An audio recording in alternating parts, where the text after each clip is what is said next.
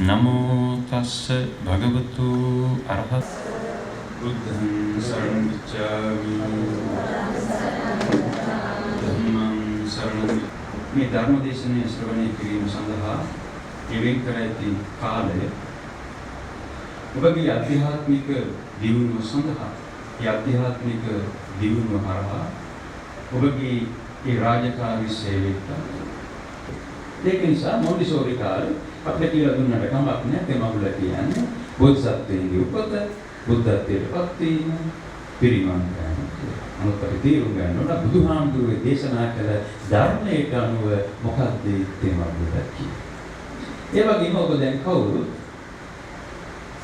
මේ බුද්ධං සරණං ගච්ඡාමි ධම්මං සරණං ගච්ඡාමි සංඝං සරණං ගච්ඡාමි කියලා තුන් වරක් කිව්වා. තුන් වරක් රිපීට්.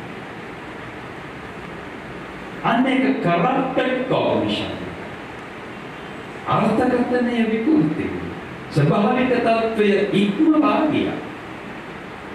අන්න අවිද්‍යාව බලගෙන දොරටු හය හරහා අර්ථකථනයක් සිද්ධ වන්නේ කෙසේද? තමාගේ කොග්නිටිව් ප්‍රොසෙස් එක වැඩ කරන්නේ කෙසේද කියලා ඔහු දන්නේ.